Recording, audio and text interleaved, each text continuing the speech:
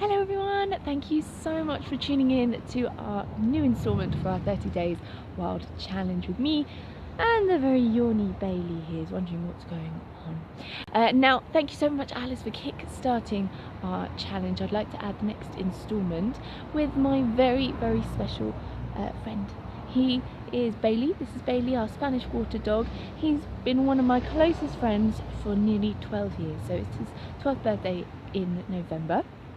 Sorry, I told everyone your age. Sorry.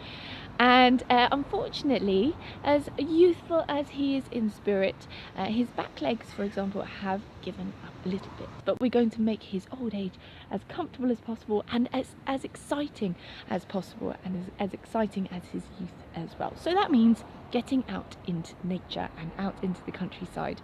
Now today we're not going out for a long walk. Might not be able to be up for that, unfortunately, but we have brought him out into the garden, one of Bailey's favourite places. So what we're going to do is bring nature to Bailey instead. That's my little instalment for today. So of course you can probably see his little nose going. He's working, wiggling around, and that's because this breed is a gun dog breed, so they certainly know how to use their nose. So I'm going to allow Bailey to enjoy the scents and the delights that are in our garden, but let's get cracking and let's see what we can discover.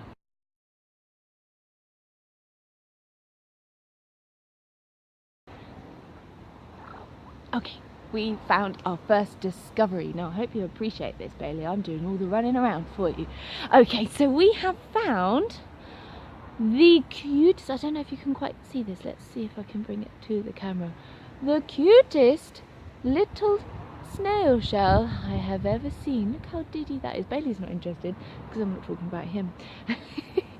But how adorable is this? Now I will just mention here very quickly, for any dog lovers or dog owners, it's really important not to get snails or slugs too close to dogs. I mean, in this situation we'll be absolutely fine because it is just the remnants of a snail, so just the shell, and also it's only really matters if a dog eats them. And that, very briefly on that subject, is because they can get lungworm if they gobble up snails or slugs which carry the larvae of parasites. So that's just a slight tangent there. That's why I won't be showing Bailey too closely. How about that? He doesn't look interested at all anyway. It's all for you, my dear. Anyway, so just be very careful in case they're on dog toys, for example, that are left in the garden overnight, but you'll be fine, don't worry. But going back to this lovely teeny tiny shell, can you see that pin point just right in the middle there? Now that's where the shell begins to develop. Snails keep their shell their entire life. Did you know that, Bailey? Of course, he says, he knows. And it grows around and round the snail as it gets bigger. Now exoskeletons of other invertebrates, which we might find a little bit later, are a bit different. They need to shed them in order to get bigger, multiple times throughout their life. But snails keep their shell nice and strong their entire life to keep them safe.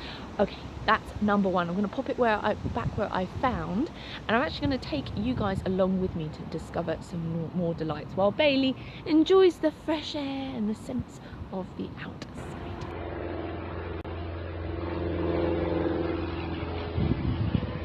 Okay, so we have our second little wildlife friend to come and join Bailey. It looks like Bailey is much more interested in a pigeon that has flown that away. But Bailey, look at this little friend. Look at him. Don't eat him. That's never a good thing. Okay, what we have here is, it's very light, my camera, but here we go, an earthworm. Actually, a teeny tiny earthworm. You can see it maneuvering itself there, waking up from being taken momentarily from the soil. Bailey, what's this? Don't eat it. I thought that might happen this video. Okay, we'll let Bailey go. But did you know about earthworms? There's apparently around 6,000 different species of earthworm around the world, and lacking any kind of respiratory system, such as lungs, for example, they rely on breathing through their skin. Now, I don't think that was Bailey's favourite one. So let's go on a bit more of an exploration around our garden and see what we can discover.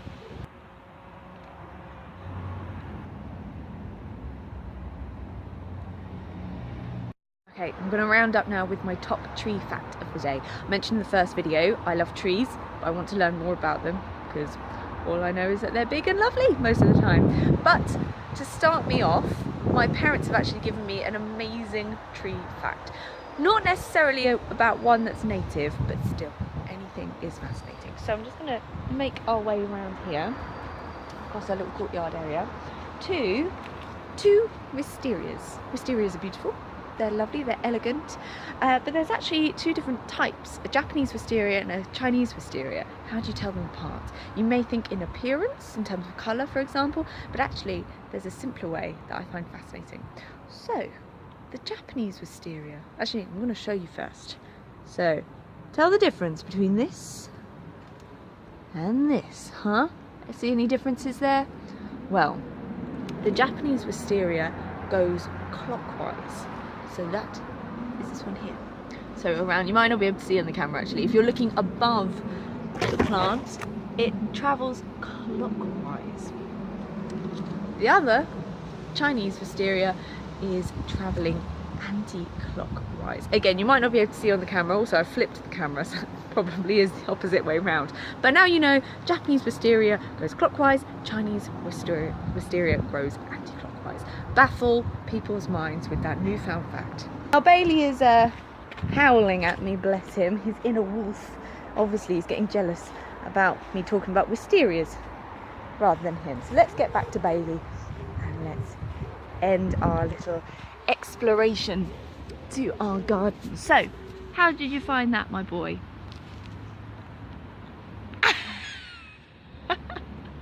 What is he like? So you can imagine he does get up and about and move, but he was just obviously being really lazy. And on that note, on behalf of myself and the lovely squishy Bailey, we'd love to thank you for tuning in to this instalment of 30 Days